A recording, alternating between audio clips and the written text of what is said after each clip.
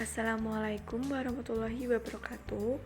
Perkenalkan, nama saya Suci Puji Astuti dari kelas 11 Kimia Analisis A. Di sini saya akan menjelaskan tentang sistem koloid. Campuran dapat dibedakan menjadi beberapa. Yang pertama, gula dicampur dengan air, maka gula akan menjadi larut, dan itu disebut dengan larutan. Yang kedua, susu dicampur dengan air, maka akan menjadi keruh atau dapat juga disebut dengan koloid. Yang ketiga, ada pasir dicampur dengan air, maka pasir tidak akan larut sehingga dapat disebut dengan suspensi.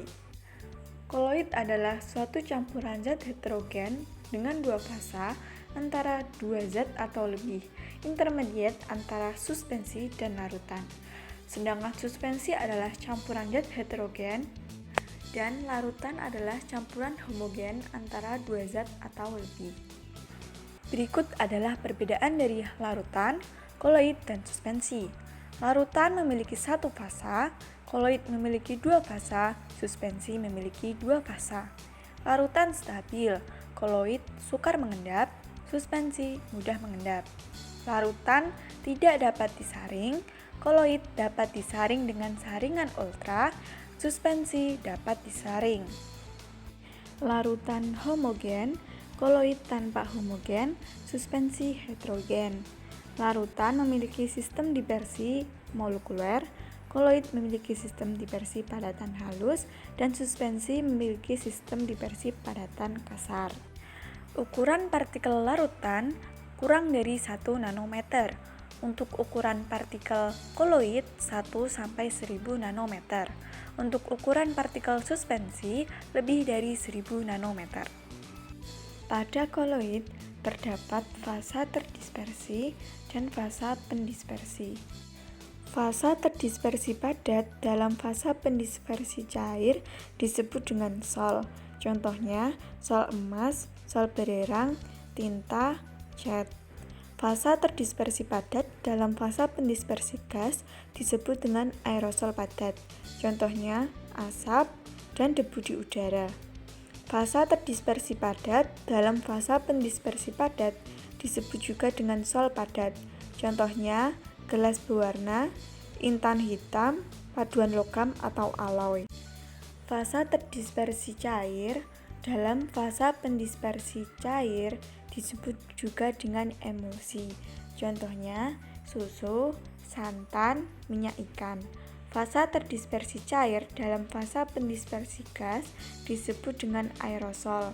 Contohnya, kabut, awan, hairspray. Fasa terdispersi cair dalam fasa pendispersi padat disebut dengan emulsi padat. Contohnya, mutiara, jeli, mentega.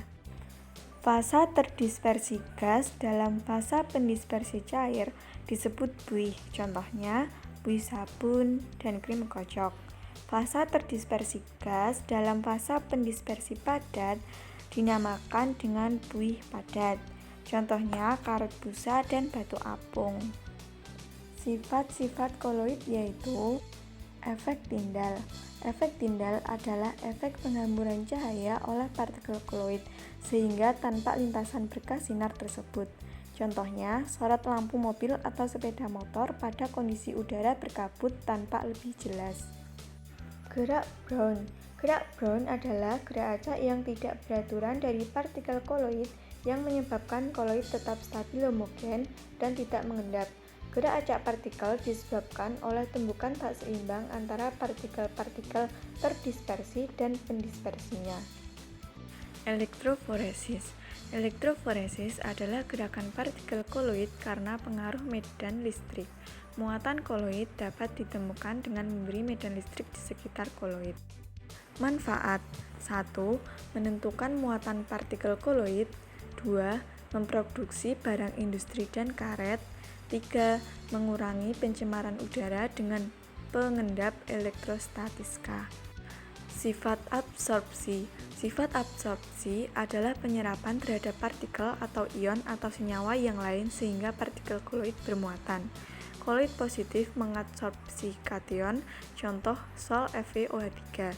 Koloid negatif mengadsorpsi anion. Contoh Sol As2S3. Koagulasi.